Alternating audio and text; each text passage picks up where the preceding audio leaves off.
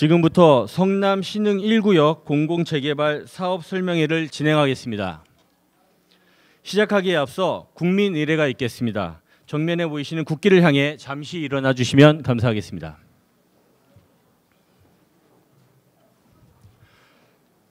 국기에 대한 경례.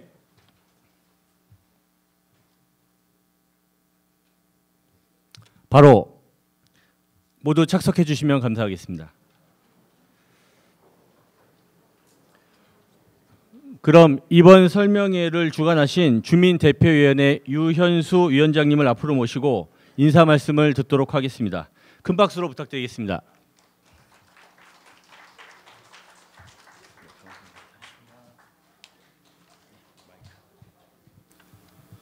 안녕하십니까. 신흥 1구역 공공재개발 주민대표위원장 유현수입니다. 오늘 주말임에도 불구하고 어렵게 참석해 주신 신흥 1구역 토지등 소유자 여러분, 권리자 여러분께 감사의 말씀을 드립니다. 지금까지 여러분의 지지 덕분에 성남시 건축심의 과정도 한 번에 통과시켰고 타 현장에 비해 7개월 정도의 빠른 사업 진행을 이뤄낼 수 있었습니다. 하지만 사업 시행 인가 신청하는 과정에서 성남시 재개발 현장의 전반적인 고도 문제로 층수, 단차, 평형대 등 사업성을 높이기 위한 설계 변경이 진행되었고, 오늘 설명회를 통해 이러한 변경 사유에 대한 설명과 직면한 문제들을 함께 논의하고 의견을 수렴하는 소중한 기회를 갖고자 합니다. 1부 회의를 마치면 2부에서는 여러분들이 궁금해하시는 사항에 대한 질의응답 시간이 준비되어 있으니 끝까지 자리하셔서 우리 사업이 성공할 수 있도록 적극적인 협조와 지지 부탁드립니다. 마지막으로 주민 여러분께 당부의 말씀 드리고자 합니다. 우리의 목표는 변함없습니다. 이 정비사업은 시간이 돈이고 곧 사업성이라 생각됩니다. 옳고 그름이 아닌 방법의 차이로 주민들끼리 불필요한 논쟁과 소송으로 이 사업이 지연되지 않기를 저 또한 이 지역의 권리자로서 위원장으로서 간곡히 바라는 바입니다. 저와 주민대표회의에 힘을 실어 주십시오. 여러분들의 의견을 적극 반영하여 가장 주민들의 원하는 방향으로 성남시와 LH와 함께 이 사업이 지연되지 않도록 주민대표회의는 끊임없이 노력하겠습니다. 감사합니다. 그리고 이번 사업 설명회를 준비하고 이 사업을 저 유현수 위원장과 함께 준비해온 저희 주민대표 위원들을 잠시 소개해드리고자 합니다. 그 주민대표 위원님들 잠시 앞으로 나와서 배석해 주세요. 그럼 저희 신흥 1구역 주민대표 위원을 소개하겠습니다. 저희 주민대표 위원님 인사하면 여러분들께 힘을 내라고 큰 박수 한번 부탁드리겠습니다. 주민대표 위원 인사. 네, 퇴장해 주시면 됩니다. 네, 여러분 감사합니다. 사회자의 설명을 진행하도록 하겠습니다. 그럼 오늘 설명회를 진행해 주실 국토계획경제연구원의 유영학 교수님을 모시고 설명회를 진행하도록 하겠습니다. 큰 박수로 모시겠습니다. 안녕하세요. 소개받은 정비사업에 관련된 도시미주거환경정비법 법학박사 유영학입니다. 반갑습니다. 여기 앉아 계신 우리 토지등 소유자 권리자분들과는 또 안면이 계신 분도 있을 것 같아요. 이유는 성남시에서 이루어지는 주요한 정비사업, 우리처럼 진행하는 사업도 그렇고 조합 방식으로 진행하는 사업의 경우에 설명회를 진행하거나 또 총회에서 얼굴을 뵈신 분들도 많이 계시리라고 생각을 합니다. 도시미주거환경정비법으로 진행되는 사업의 특성은 절대 다수 권리자, 토지등 소유자 여러분들에게 이해를 할 수 있도록 자료를 드려야 되고 또 여러분들의 협조하에 이 사업은 성공적으로 진행하게 되죠. 지금까지 이야기를 우리 위원회에서 이야기를 들어보면 우리 지금 위원회와 권리자 여러분들과는 다른 지역과는 많이 다르게 소통이 아주 잘 되고 있는 그런 단체라고 알고 있습니다. 그래서 오늘 또 이런 설명회가 준비가 되었죠. 근데 정비 사업이라는 자체가 우리가 일상적인 대화로 사용하는 단어가 아니다 보니 좀 어렵습니다.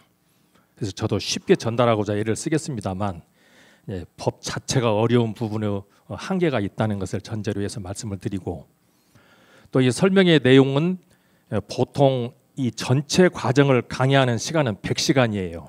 근데 저한테 오늘 여러분들과 대화를 나눌 수 있는 시간은 1시간입니다. 그래서 그 범주 내에서 여러분들 중심으로 이 사업을 진행하는데 어떻게 마음의 준비를 해야 될지 이런 중심으로 여러분에게 말씀을 전달하고자 하죠. 근데 이 설명회를 개최하게 된 가장 큰 이유는 우리는 도시미주환경정비법에 따라서 사업을 진행하게 되면 보통은 사업 시행 인가를 접수하기 전에 반드시 권리자인 토지 등 소유자 조합원들에게 총회를 개최해서 우리 지역이 어떻게 변화될 것이다 이런 것을 예고하도록 되어 있어요. 근데 지금 우리가 진행하는 것은 민간 협력 재개발 사업이죠. 그래서 사업 시행인가 총회가 생략이 됐습니다. 그러다 보니 우리 위원장님께서는 우리 동네가 아직 확정된 내용은 아니지만 지금 이렇게 우리 동네가 바뀌어 갈 것입니다. 그리고 이게 인가가 되고 나면 우리 토지등 권리자분들께서는 어떻게 해야 됩니다. 이것을 알려드리고 싶은 겁니다. 그래서 오늘 이 설명회를 개최하게 됐죠. 자, 그러면 설명회 순서는 이렇게 진행토록 하겠습니다. 지금 현재 우리는 민간 협력 재개발 정비 사업을 하고 있는데 이 사업은 도시미주거 환경정비법에 따라서 진행을 하고 있죠. 그러면 도시미주거 환경정비법에서 정하고 있는 내용은 주 내용은 어떤 것인지 한번 간단히 살펴보죠. 다 아시는 내용들 정리해 보죠. 그리고 또 우리 지금 토지등 소유자 권리자 여러분들께서 많이 혼란을 하고 있는 부분이 지금 우리가 조합사업 방식이라고 생각을 하고 있어요. 근데 우리는 민관 협력 재개발 정비 사업이에요. 법률적인 지위도 다르고 사업을 진행하는 방식도 달라요.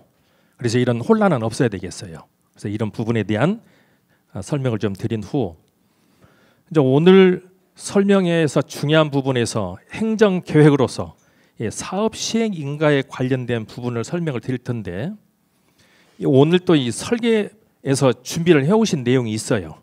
근데 이 도면은 아직 확정된 게 아니에요. 이런 설명회를 한번 진행하고 나면 많은 토지등 소유자분들이 혼돈을 하는 것이 오늘 그림으로 보여준 것, 이것이 결정이 되었다고 생각을 하십니다. 아직 결정된 거 아닙니다. 계획이에요. 그리고 이 계획 내용은 많은 전문가들과 담당 공무원들과 기관들이 협의를 해서 최종 결정이 될 겁니다. 그래서 이번 계획을 여러분에게 설명드린다는 점. 그리고 가장 또 관심이 있는 부분들은 우리 토지등 소유자 권리자들은 또 재산 증식이 되기를 다 바라시죠. 근데 이 내용은 지금 현재 대한민국의 조합으로 등록되어 있는 조합이 4,000개입니다. 많기도 하죠. 그리고 이미 입주한 단지가 1,200개 정도 돼요. 그러면 이미 입주한 지역들에서는 어떻게 해서 토지등 소유자들이 재산 증식이 되었는지 실증적인 얘기를 좀 드리고 우리 구역은 어떻게 변화하고자 하는지에 대한 것은 우리 위원장님을 모셔서 마지막 마무리 이야기 들어보도록 하겠습니다. 먼저 도시미주거 환경정비법이죠. 여러분들이 다 아시다시피 이 정비 사업이란 우리가 처음에 이 정비 사업 했더니 이 자동차 정비소로 생각하시는 분도 계세요. 이게 자동차 정비소가 아니고 도시의 새마을 운동이라고 생각하시면 됩니다. 도시 새마을 운동. 도시 새마을 운동을 해야 되는 이유는 지금 여러분들이 살고 있는 각각의 주택들이 노후화되고 불량해졌죠. 그리고 또 도로, 주차장, 공원 이런 부분들이 아주 열악해요. 그래서 아마 우리 동네에서도 퇴근하시고 나서 주차하시면서 한두 번 정도는 마찰이 좀 있었을 겁니다. 이런 이제 열악한 지역이라고 얘기하죠. 이런 지역에 국가적인 목적으로 정비 계획이라는 것을 수립을 해서 정비 기반 시설을 확충하고 주거 환경을 쾌적히 하겠다는 것이 도시미주거 환경 정비 목적이죠. 이에 따라서 사업을 진행을 하고 있는데 이 정비 사업에는 이제 목적이 있죠. 근데 이 목적은 국가의 목적과 여러분의 목적이 조금은 괴리감이 있어 보여요. 국가에서는 정비 기반 시설을 확충을 해서 도시의 경쟁력을 높이는 것에 대해서 주안점을 두고 있습니다. 반면에 여러분들은 주거 환경이 쾌적히 되고 내 재산 증식이 좀 되었으면 좋겠다라는 생각을 하게 되시고, 이로 인해서 전체 우리 성남시의 도시 기능이 활성화되었으면 좋겠다는 사회적 목적도 있죠. 그런데 참 다행스럽게도 지금까지 진행되었던 도시미주거환경정비법에 따른 정비 사업이 이 국가적인 목적과 개인적인 목적이 모두 충족해서 사업이 아주 잘 되어가고 있죠. 그 내용을 여러분들께 좀 구체적으로 설명을 드리죠. 그런데 정비 사업을 진행을 할 때는 누가 할 것이냐라는 문제가 대두되죠. 누가 할 것이냐. 여러분들이 많이 알고 있는 것은 조합 방식이에요. 그런데 이 정비 사업, 다시 말해서 이 아파트를 건설하는 주체는 조합만 있는 것은 아니죠.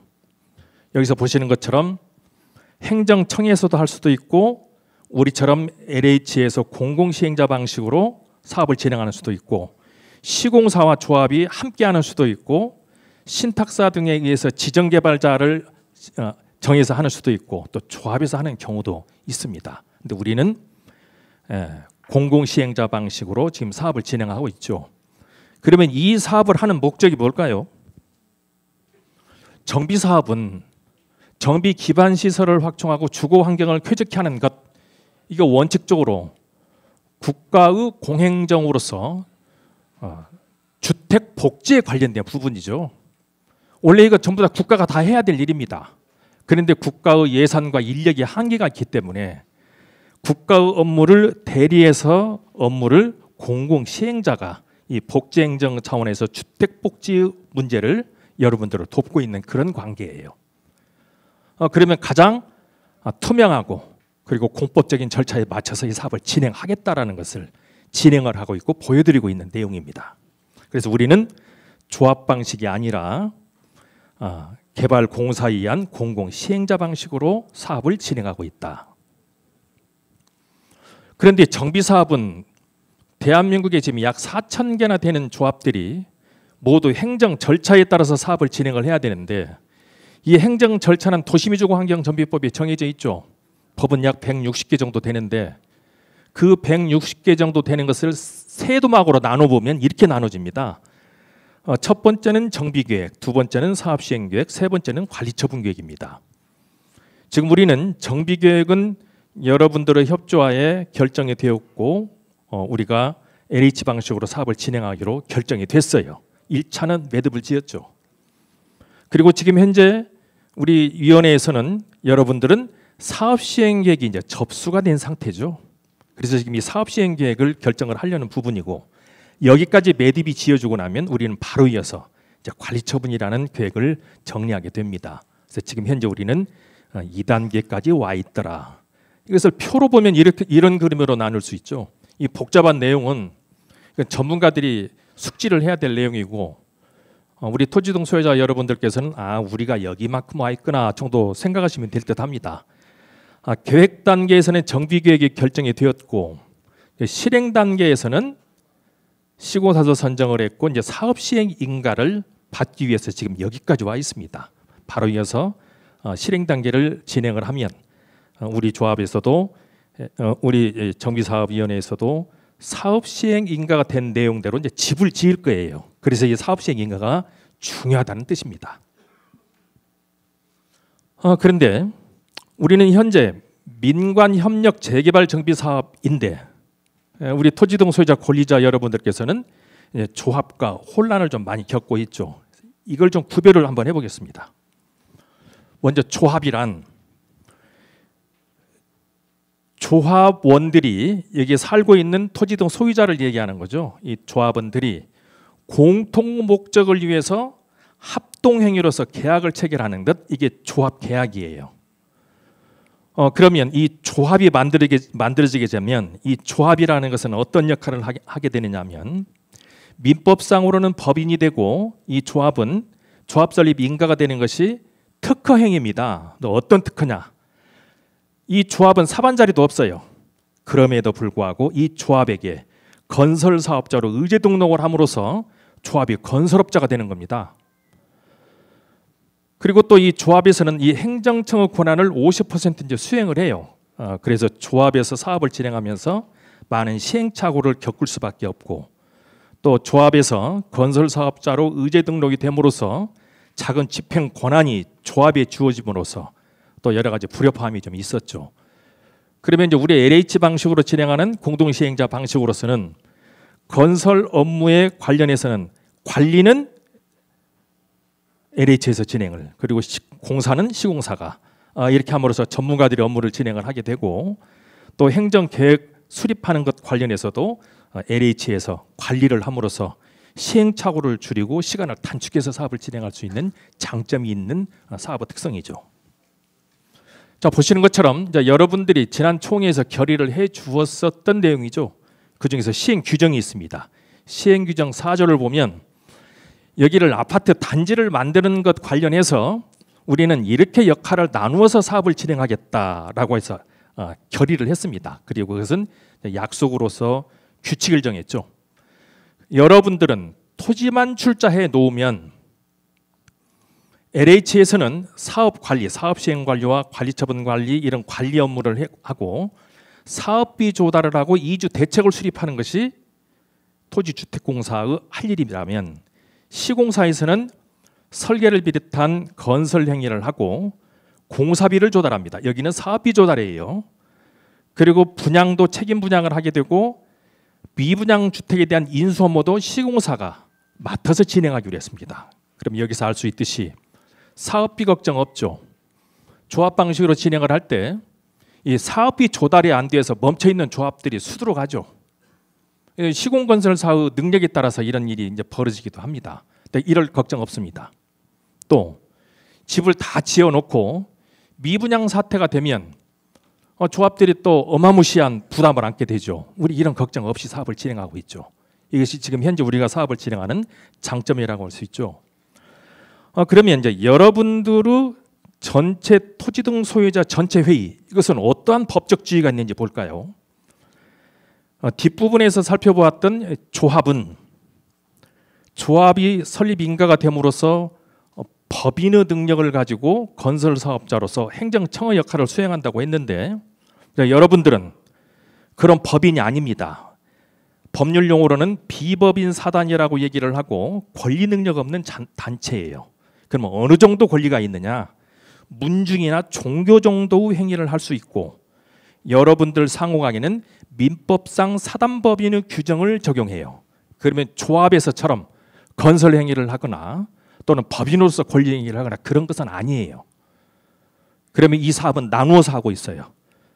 그러면 여러분들 사이의 의견에 관련된 것은 운영 규정에 따라서 이 사업을 들여다보는 것이고, 그리고 시행 규정에 따라서 여러분 집을 지어가는 거예요. 그래서 이렇게 나누셔야 돼요. 그러면 또 여러분들의 지위를 볼게요. 이제 가장 중요한 것은 토지 등 소유자, 권리자 여러분들의 지위죠. 조합 방식에서는 정비구역이 결정이 되어서 가칭 추진에서 추진위까지 올 때, 이때는 토지 등 소유자라고 얘기합니다. 그러다 조합이 설립이 되면 조합원이 되고, 사업 시행 인가를 받고 나면 분양 신청을 하게 되죠. 그러면 분양 신청자에서 관리 처분 인가가 되고 나서 분양 계약을 체결하면 분양 계약자가 되고, 이 사람이 입주를 하게 되죠. 근데 우리는 한번 볼까요? 우리는 LH 시행자 지정 방식이죠.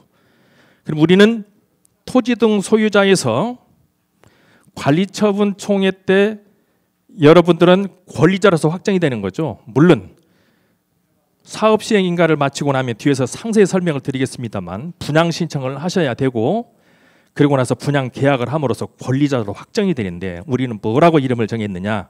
여러분 규정상에 개발 손익을 배분받을 권리자라고 표시가 되어 있습니다. 그럼 이 배분받는다는 것이 어떤 내용인지 이것도 뒤에서 상세히 보겠습니다.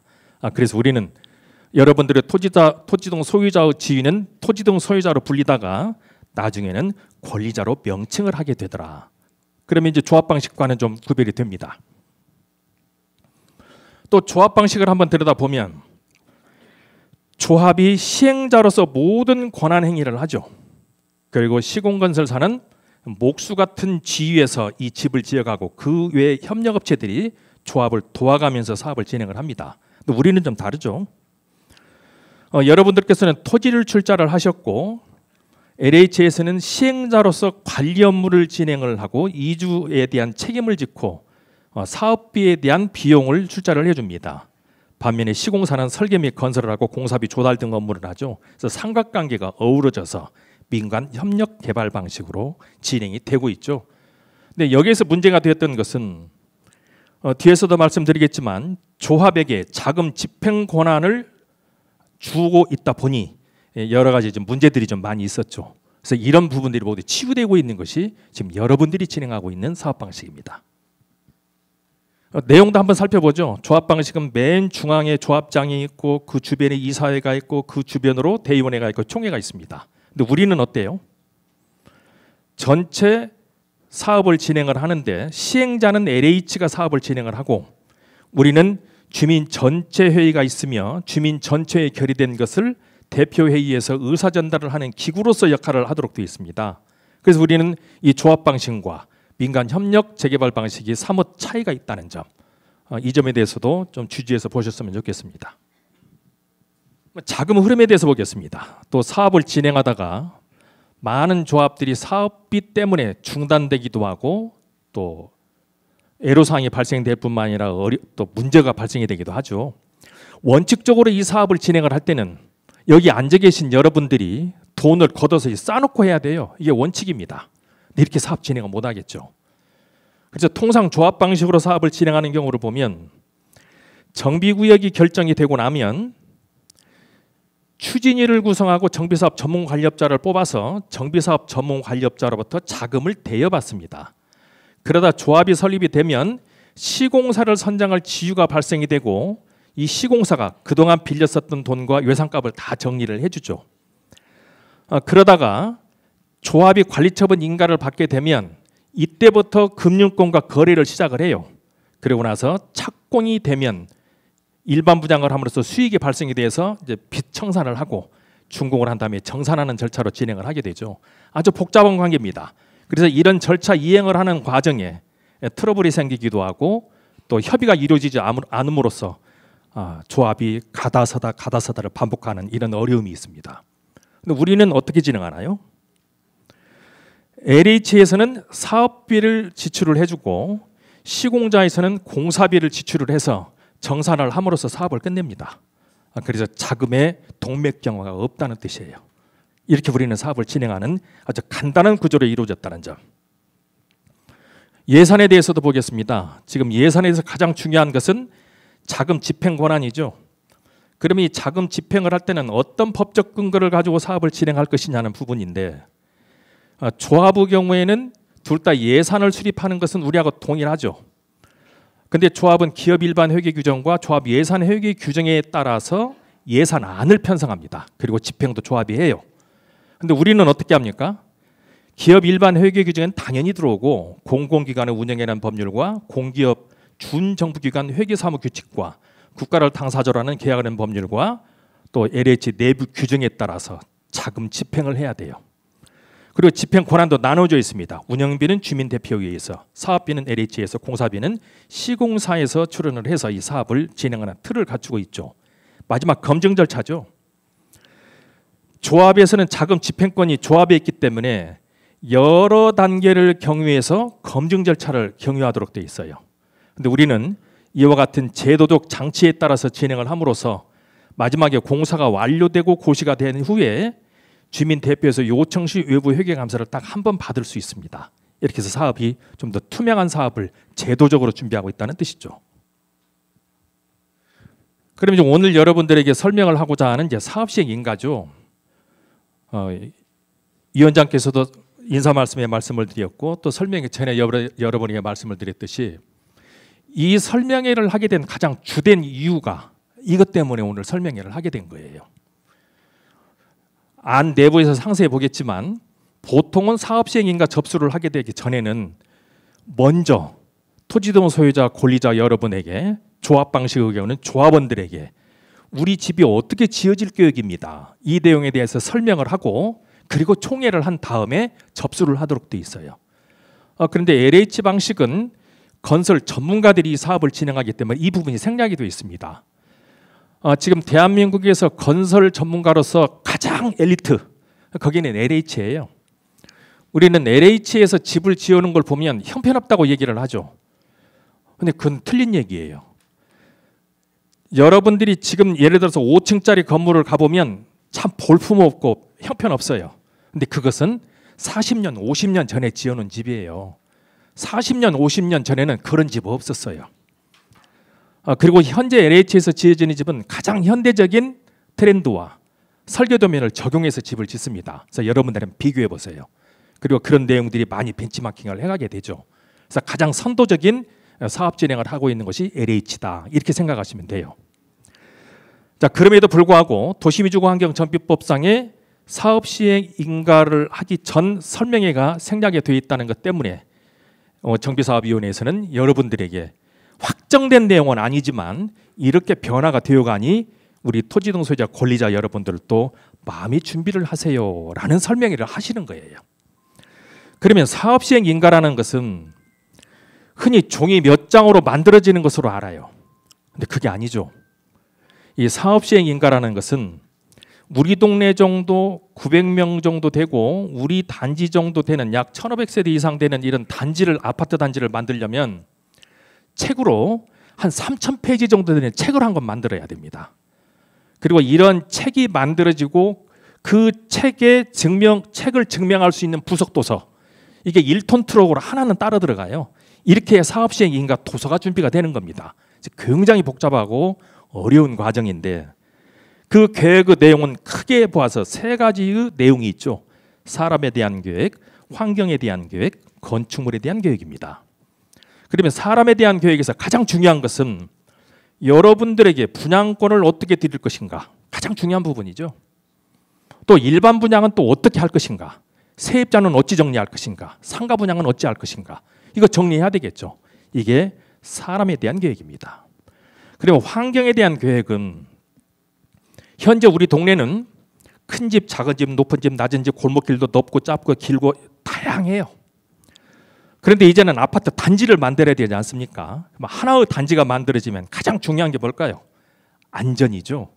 자, 그래서 첫 번째 안전사항으로 교통영향평가를 먼저 진행을 해야 돼요. 그래야 사람이 다니는 길과 차량이 다니는 길이 구별이 돼야 되지 않겠습니까?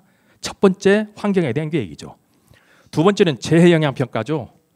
큰 비가 내리거나 지진이 발생이 될 때 여러분 단지 안전해야 되지 않겠습니까? 이거 사전에 조사해야 돼요. 2000년 초만 해도 비가 내리는 것이 1시간에 40mm 정도 내리는 것으로 우수 계산을 했어요. 근데 요즘은 이 게릴라성, 그것도 폭우성 비가 내리기 때문에 어느 쪽에 가서 이 정비계획 수립되고 우수계획을 봤더니 60년에 한 번씩 폭우가 내릴 수 있는 것을 예상을 해서 1시간 170mm로 계산하라는 거예요. 안전해야 되기 때문에 그렇습니다. 이런 내용까지 포함해서 이런 것을 우리는 재해 영향평가에 관련된 것들이죠. 또 있습니다. 지금 여러분들은 모르지만 여러분들이 살고 있는 집 아래로 물이 흐를 수 있어요. 근데 이 물이란 절대 혼자 가지 않죠. 뭔가를 끌고 가든가 끌고 갈 힘이 없으면 녹여서라도 갑니다. 이게 물이에요. 이래서 발생되는 게 뭐죠? 싱크홀이죠. 요즘 뉴스에 계속 나오고 있죠. 도로가 갑자기 꺼졌다느니, 건물 앞에가 도로가 꺼져서 건물이 이렇게 넘어지려고 지금 준비하고 있다느니, 이런 얘기 많이 듣고 있죠. 이것이 옛날에 이런 사업을 진행을 할 때 소규모 지하 안전영향평가, 다시 말해서 이 건설을 하고자 하는 집안 아래 물이 있는지 없는지 조사를 안 해서 그래요. 이것도 조사해야 돼요. 이런 여러 가지 환경에 대한 것을 준비를 하는 것이 이제 환경에 대한 계획입니다. 이외에도 아주 많죠. 그러고 나면 이제 건축물에 대한 계획이죠. 조금 후에 우리 설계사 사무소에서 확정된 내용은 아닙니다만 건축 계획을 설명을 드릴 거예요. 근데 사업 시행 인가를 받는다는 것이 여러분 입장에서 보면 아파트 건설만 잘하면 되겠지만 국가 입장에서 보면 정비 기반 시설도 확충이 되어야 되고 또 여러분들이 집이 다 지어지면 그 집 안에서 살 수 있도록 집이 지어져야 되겠죠. 그래서 도로, 공원, 주차장, 상수도, 하수도, 가스, 통신 이런 것들이 모두 갖춰져야 됩니다.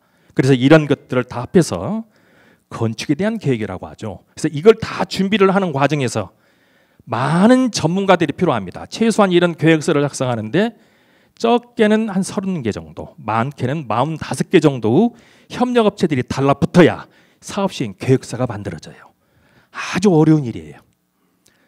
그러면 관공서에서는 약 25개 정도, 우리 여러분들 구청에 와보시면 도로과도 있고 건축과도 있고 청소과도 있고 공원과도 있고 다 있죠.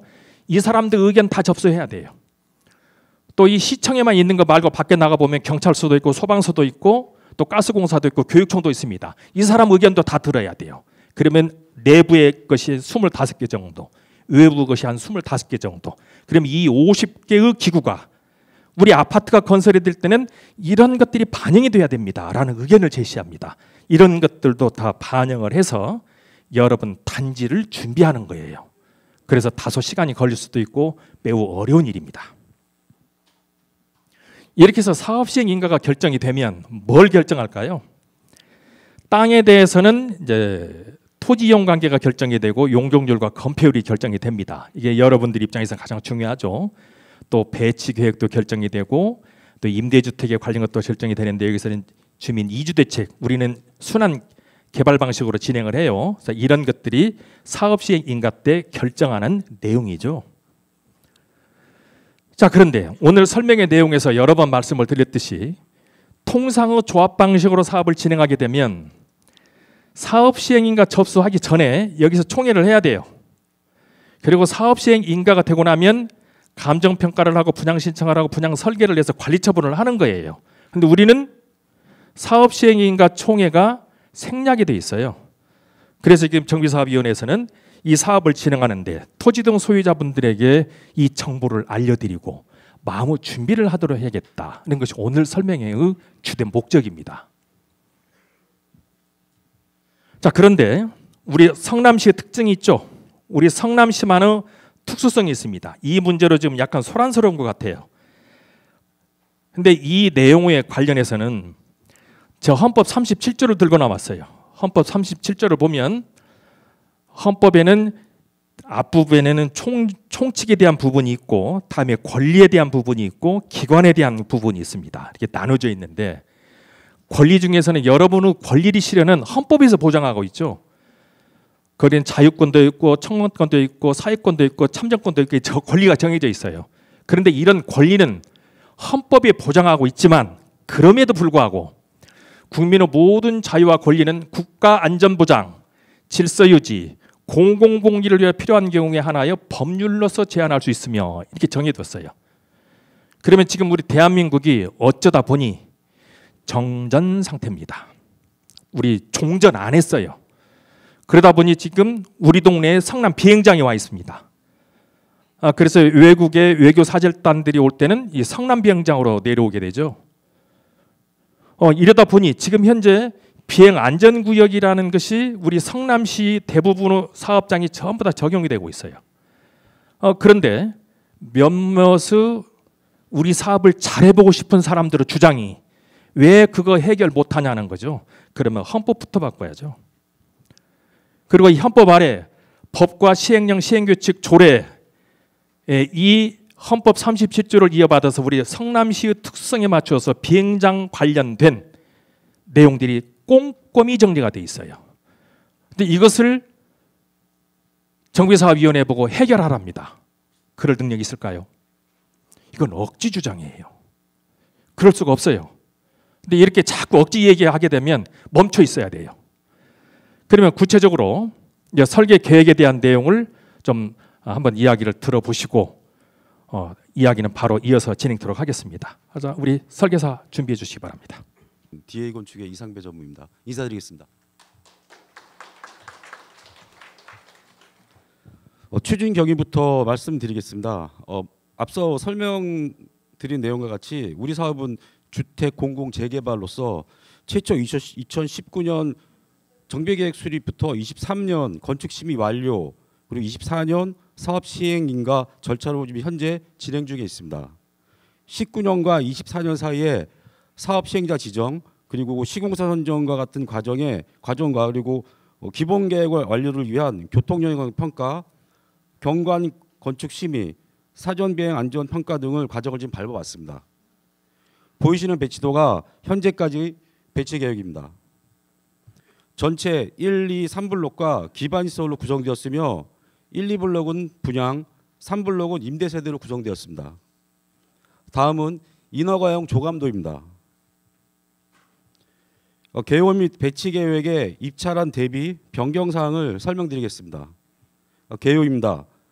대지 면적, 규모, 용적률, 세대수 순으로 약 14만 7,909제곱미터이고 최고 높이는 15층, 1블록의 용적률은 262.96%, 2블록은 264.95%, 3블록은 250.7%이며 현재 4,148세대로 구성되었습니다.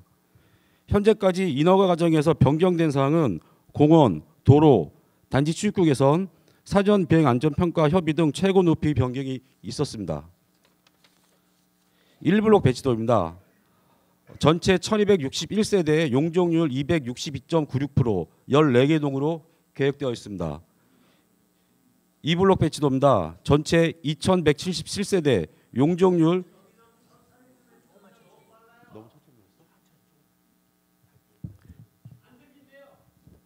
안 들리시나요? 이제 들리시나요? 네.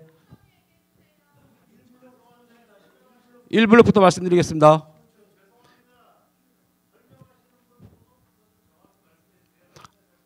네. 저는 건축 설계를 담당하는 DA 건축의 이상배 전무입니다. 1블록부터 다시 말씀드리겠습니다. 1블록은 전체 1261세대이고 용적률은 262.96%, 14개 동으로 구성되어 있습니다.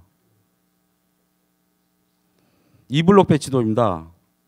전체 2177세대 용적률은 264.95%, 29개 동으로 계획되어 있습니다. 3블록입니다. 전체 710세대이며 용적률은 250%, 7개 등으로 계획됐습니다. 단위 세대의 주요 사항과 대표 세대를 말씀드리겠습니다. 59 D타입입니다. 3베이 판상 기본형으로 거실과 주방의 원활한 마통풍을 위하여 다용도실의 위치 이동과 주방을 확장했습니다. 그리고 안방의 프라이버시 및 실사용 면적 확보를 위해 확장형 안방 배치를 개선했습니다. 39타입입니다. 소형 부장 및 임대 세대가 들어갈 원룸형 타입으로 거실과 침실을 공동으로 사용하는 원베이 타입에서 거실과 침실을 분리하고 드레스룸을 신설했으며 주방, 식당 확장을 적용된 1.5베이 타입으로 개선했습니다. 기존에 제안했던 74타입을 입찰한 당시 선호도 조사에 따라 59 타입과 84 타입으로 변경 조정하였습니다. 대표 단위 세대입니다. 59 타입 4베이 기본 판상률 각 구성된 실면적은 84 타입보다는 작지만 구성은 동일한 세대입니다. 84A 타입 4베이 판상형 세대입니다. 현 사업지 대표 세대로 다른 아파트와는 달리 변해가는 주거 트렌드에 맞춰 가족 구성원이 함께할 수 있는 공간을 확보하였고 넓은 거실을 확보하고 주방과 식당을 구분한 평면을 구성하였습니다. 84B 모서리 타입입니다. 주방의 모서리에 위치한 세대로 외부의 접합면이 전세대 남향으로 조망과 채광이 우수한 세대입니다. 104 대형 타입입니다.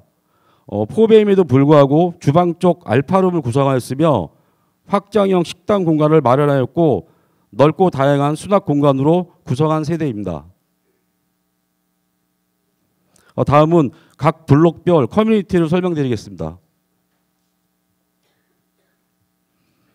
1블록의 주요 부대시설은 주요 부대시설로 주민 공동시설과 스카이 커뮤니티 라운지입니다. 주민 공동시설에는 커뮤니티 센터, 실내 체육관, 사우나, 게스트하우스, 도서관, 북카페 등으로 구성되었습니다.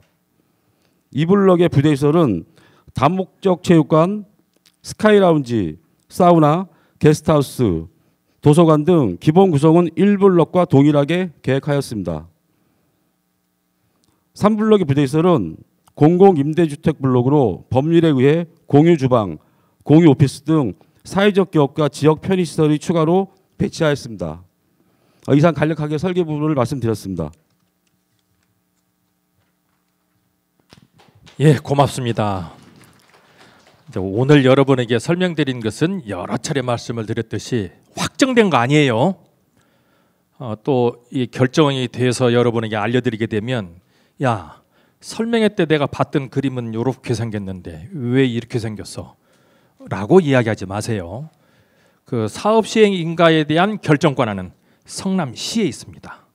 그래서 전문가들의 의견에 따라서 큰 변화는 아니지만 약간의 변화가 있을 수 있다는 점, 그걸 전제로 해서 이제 사업 시행 인가가 되고 나면 도시미주환경정비법은 이렇게 일을 해야 됩니다 라고 표시를 하고 있습니다. 자, 여기에서 여러분들에게 분양 신청을 하세요라고 공고를 하게 됩니다. 그러면 여러분들이 이제 분양 신청을 그 기간 내에 해야 되죠.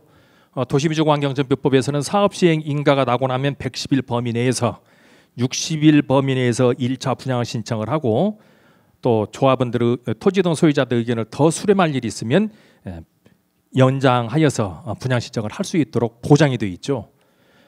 그러면 이 분양 신청 관련해서 요즘 재개발 정비 사업을 진행하는 것을 보면 분양률 97%예요. 분양 신청률을 보면 97%입니다.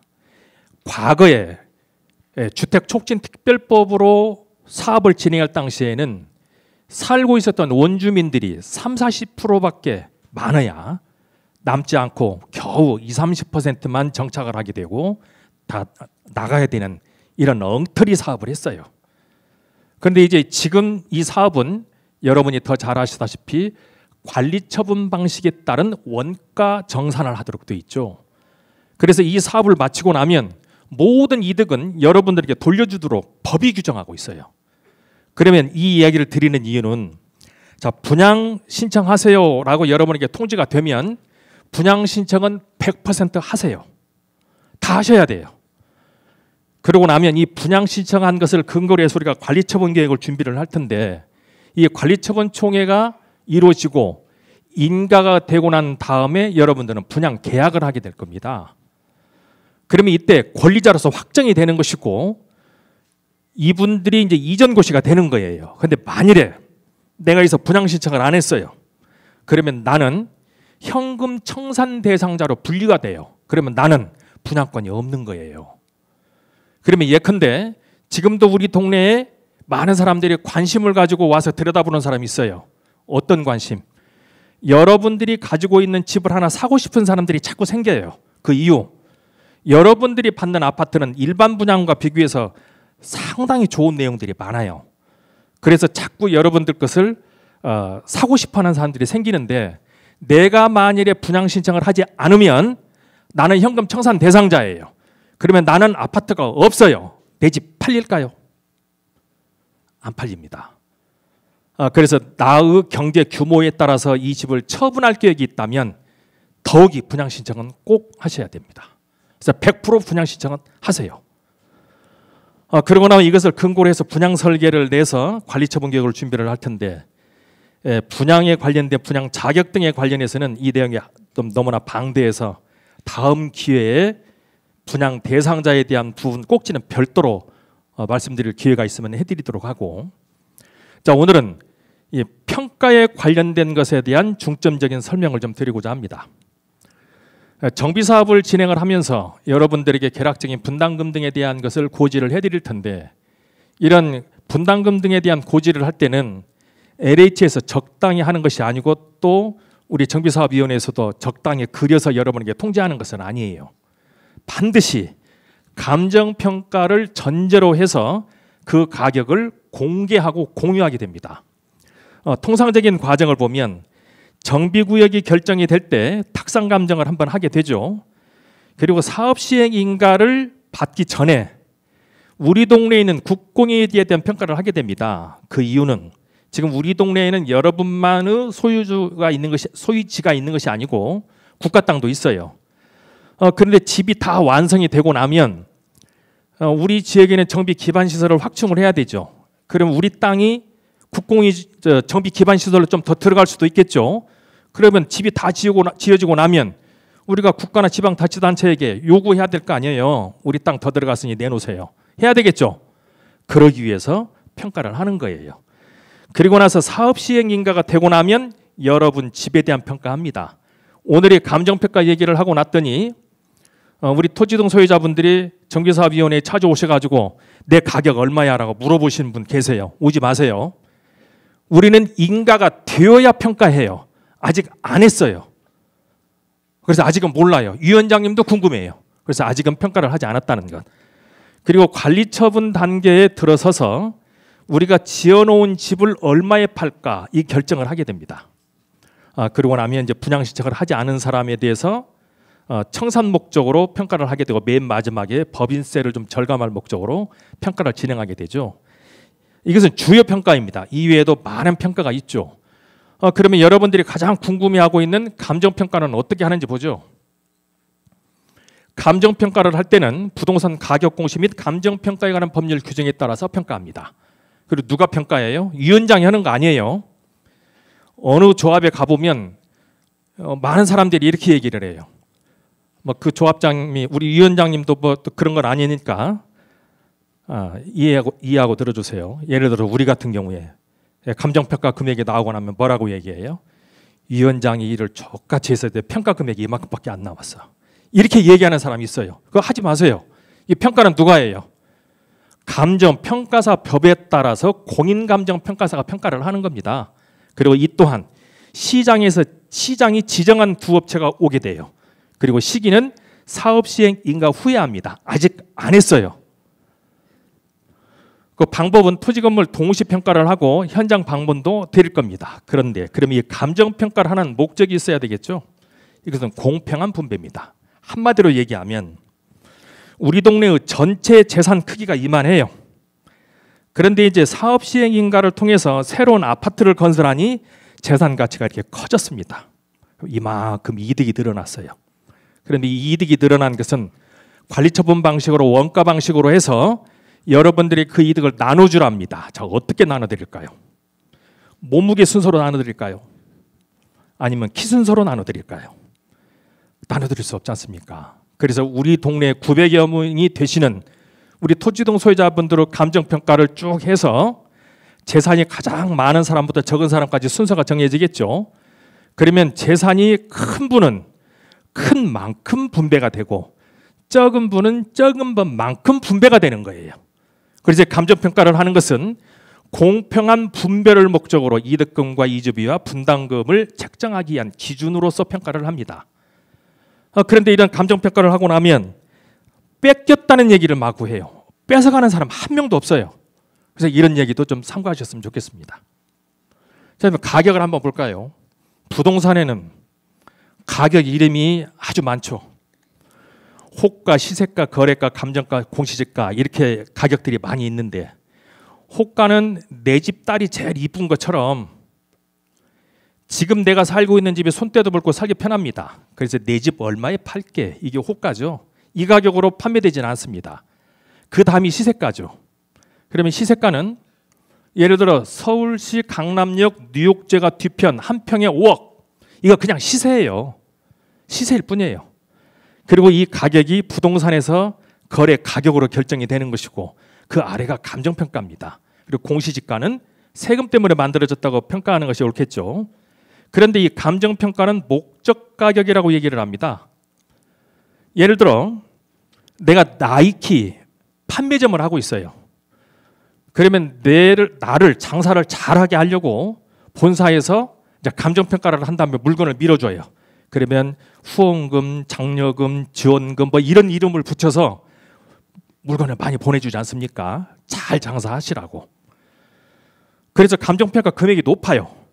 그런데 똑같은 부동산을 은행에 가서 평가를 하면 짜들어지게 나옵니다. 왜? 돈 안 갚을까 봐. 그래서 감정평가를 할 때는 그 감정평가의 목적에 따라서 가격이 들쭉날쭉해요.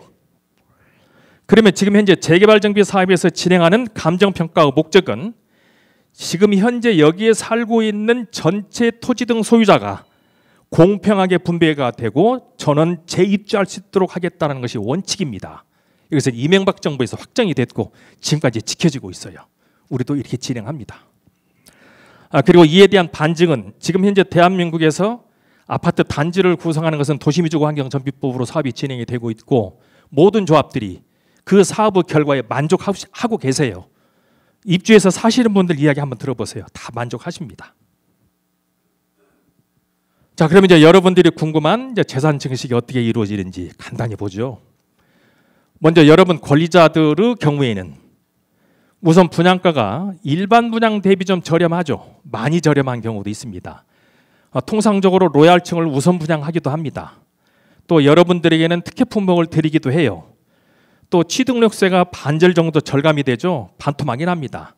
또 개발이득금 여러분에게 돌려드리는 것은 당연한 것이고 조합원이 조합원으로서 조합원 분양의 국민주택 규모 이하의 아파트를 분양을 받을 경우 부가가치세 면제되죠. 이것 말고도 약 20개 정도 조합원들, 다시 말해서 권리자들에게, 여러분들은 권리자입니다. 권리자에게 이득이 된다라고 주장하는 교수님도 계세요. 여기서 말씀드리는 것은 그중에서 크지막한 것만 정리한 거예요. 그러면 이제 가격으로 한번 정리를 해봤습니다. 그 그래프로 그림을 정리를 해봤습니다. 통상적으로 우리 구역에서도 정비구역이 결정이 될 때 우리 동네에서 주판 빨리 놓는 사람이 우리 동네 여러분들 분양가격 여기입니다 라고 이야기하신 분 계실 거예요. 근데 이 가격 아니었죠. 그리고 시행자 지정이 되고 났더니 이 정도 될 것이다 또 이렇게 주장하신 분 계셨습니다. 근데 이번에 우리는 사업시행 인가를 받고 나면 여러분들 종전평가를 할 것이고 그리고 관리처분 총회를 하게 되면 이 가격으로 확정이 돼요. 그러면 여러분 가격은 분양 가격은 확정이 되는 것이고 실제 입주할 때는 이 가격이에요. 그래서 이만큼이 권리자 여러분에게 돌아가는 개발 이익금이라고 생각하시면 됩니다. 이 내용을 재개발 사업을 해본 사람들은 다 알아요. 국가 세무서도 압니다.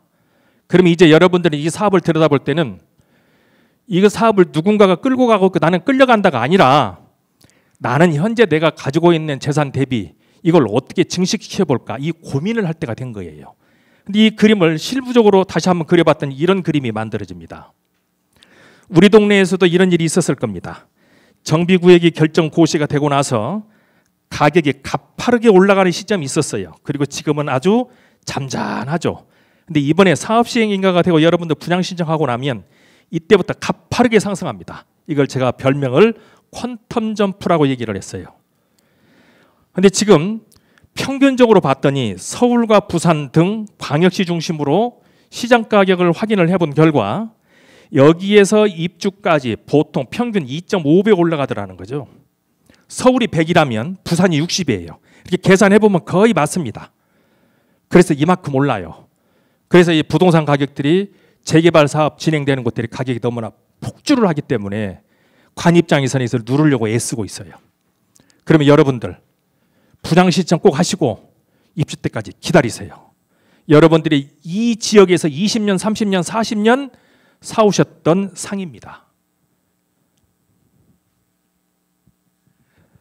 자, 이것은 우리는 지금 순환재개발 방식이어서 임대아파트에서 사실 수도 있고 임대아파트에 들어가지 않으시는 분들은 이주비를 받아서 가실 텐데 이제 타 지역에서 재산 증식하는 사례를 한번 살펴봤어요. 이 사람들은 어떻게 재산 증식이 됐나 살펴봤더니 우리도 관리처분 인가가 되고 나면 이사 나가야 되죠. 그러면 우리는 순환주택으로 가실 분은 순환주택으로 가시게 되고 이주비를 수령하실 분은 또 이주비를 받아서 편리하게 살다 이제 오시게 됩니다.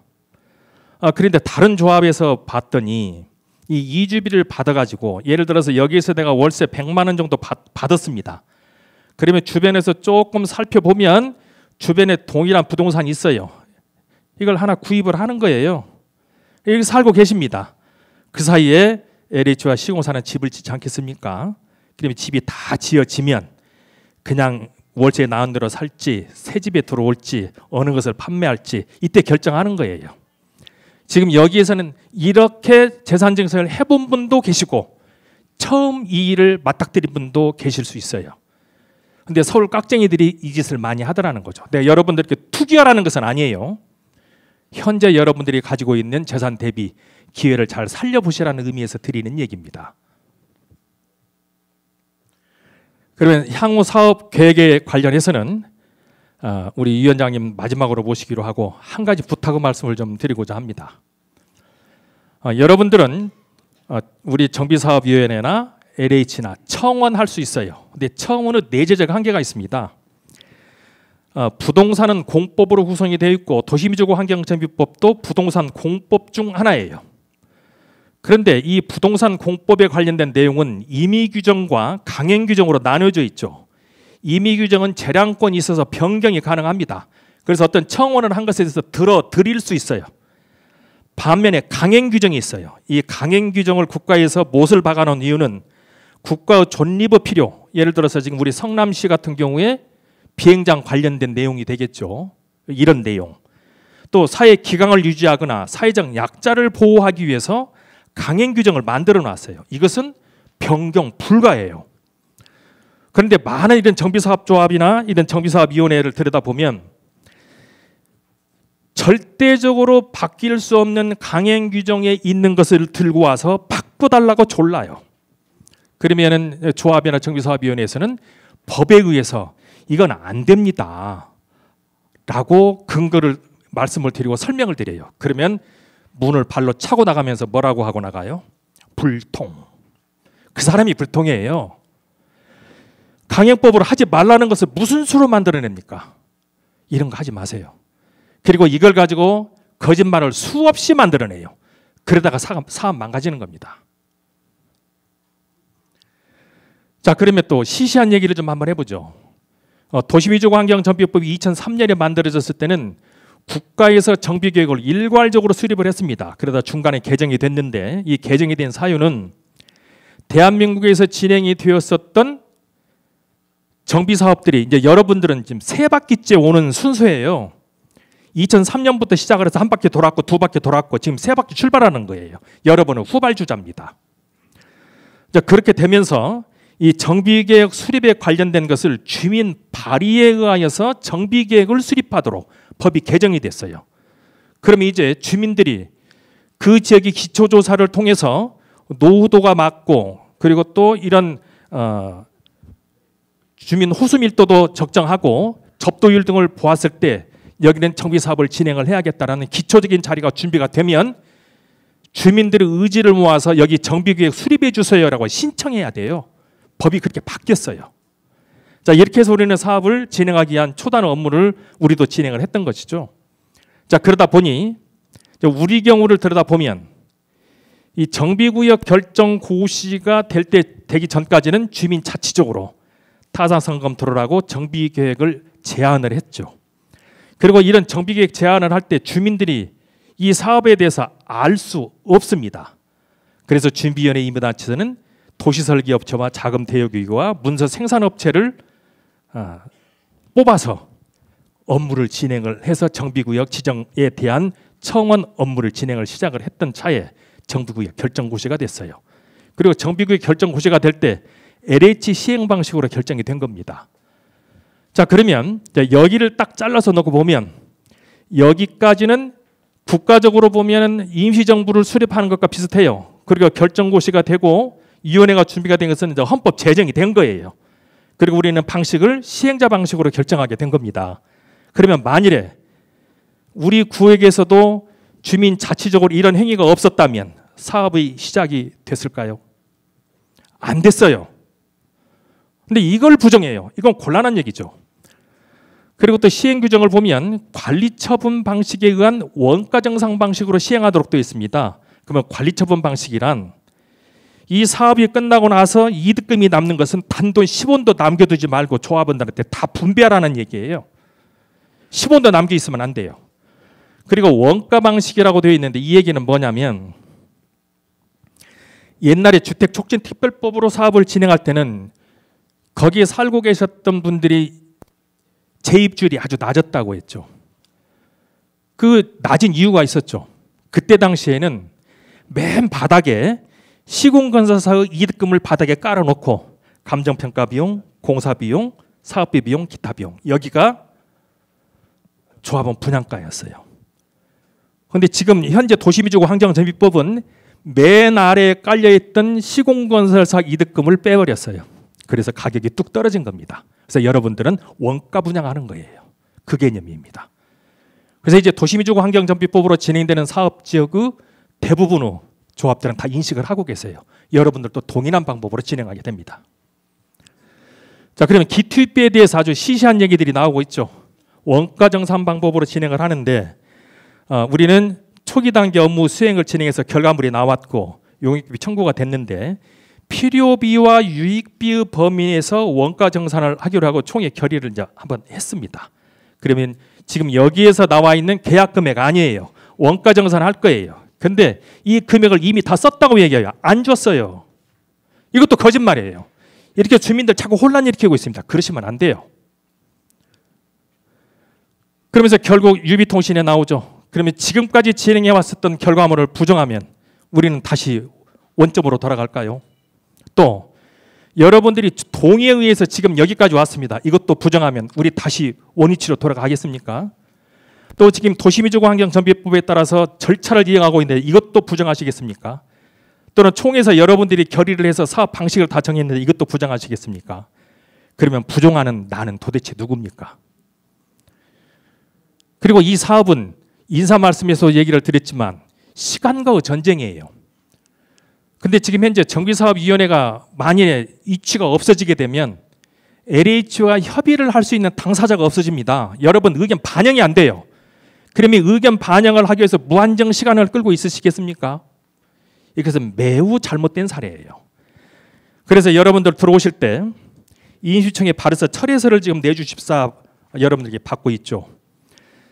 이런 건 이렇게 발의서를 받고 하는 거 좋지 않죠. 여러분들이 이미 다 경험하시고 아시다시피 1차 뉴타운 사업지역에서의 왕십리 1차 같은 경우 주민들 갈등으로 소송 몇 번 하고 다투었더니 비례율이 70으로 꺾였습니다. 이거 다 보여주는 상황이에요. 또 주변에 능곡 증산 5구역이라는 곳이 있습니다. 그곳에도 주민끼리 몇 번 다퉜어요. 그랬더니 비례율 형편없이 꺾였어요. 그러면 이것이 그 서울만 그러느냐? 그렇지 않습니다. 지방도 똑같아요. 지방도. 그러면 우리라고 예외일까요? 아닙니다. 우리는 법과 절차에 맞아서 인허가가 되어 있다면 박수 쳐서 보내세요.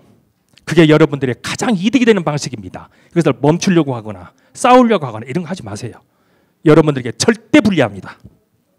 그래서 여러분들 오늘 입장하실 때 철회서를 좀 써주십사 부탁을 드렸는데 혹시 안 쓰신 분들 한 분도 빠짐없이 쓰고 가세요. 써주시기 바랍니다. 여러분들을 위해서 꼭 그렇게 해주세요. 자, 그럼 우리 유현수 위원장님 마지막 모셔서 간단하게 각오 이야기 좀 들어볼까요? 앞으로 저희 신흥 1구역 재개발 주민대표회의는 소통하는 위원회, 신속한 사업, 높은 사업성 확보, 적법 절차에 의한 안정적인 사업, 투명한 사업 진행으로 여러분들께 반드시 성공적인 사업으로 보답하겠습니다. 감사합니다. 우리 그 신흥 1구역 커뮤니티 시설 좀 보시죠. 예시입니다. 실사와는 다르실 수 있고요. 여러분들의 의견 수렴을 앞으로도 계속 꾸준히 할 계획이 있습니다. 트렌드는 계속 변화하기 때문에 커뮤니티 시설을 보시면 골프 연습장, 수영장, 피트니스, GX룸이 있습니다. 커뮤니티 시설, 어린이 및 학습 시설로는 공립어린이집, 독서실, 돌봄센터 있습니다. 커뮤니티 시설, 어린이 및 학습, 맘스테이션, 실내 키즈존, 어린이 물놀이터. 커뮤니티 시설 기타 편의로는 게스트하우스, 무인 택배함, 사우나. 커뮤니티 시설 공동체, 공유 오피스, 주민회의실, 커뮤니티 레스토랑, 조식 서비스 등 네, 이런 종류의 지금 예시를 여러분들께 좀 들어드렸고요. 오늘 설문지 여러분들께서 받으셨을 겁니다. 그 중복 체크가 가능하니 여러분들께서 설문지 작성을 좀 해주시고요. 오늘 못 오신 분들은 사업 소식지와 함께 설문지를 조합원분들 전체에게 의견을 수렴할 계획이 있습니다. 감사합니다. 네, 지금 정비사업위원회에서 오늘 이 설명회를 위해서 여러 차례 협의를 했어요. 그래서 이 설명회를 하는 이유에 대해서 여러분께 미리 설명을 드렸고, 이 설문지에 관련된 부분은 이 내용들에 대한 것은 오늘 예시적으로 여러분에게 보여드렸는데 이것 말고도 또 더 좋은 것이 있겠죠. 그런데 문제는 이걸 몽땅 다 집어넣게 되면 비용이 몽땅 들어요. 그러겠죠. 그러면 여러분 부담입니다. 자, 그러면 우리는 이 단지를 최적화하고 고급화하는데 이런 것들은 꼭 있으면 좋겠다라는 의견을 그 설문지에 표시를 해주시면 이 의견을 사업 시행자에게 전달을 해서 고급 단지를 만들겠다는 것이 우리 위원회의 의지이고 또 여러분들의 바람입니다.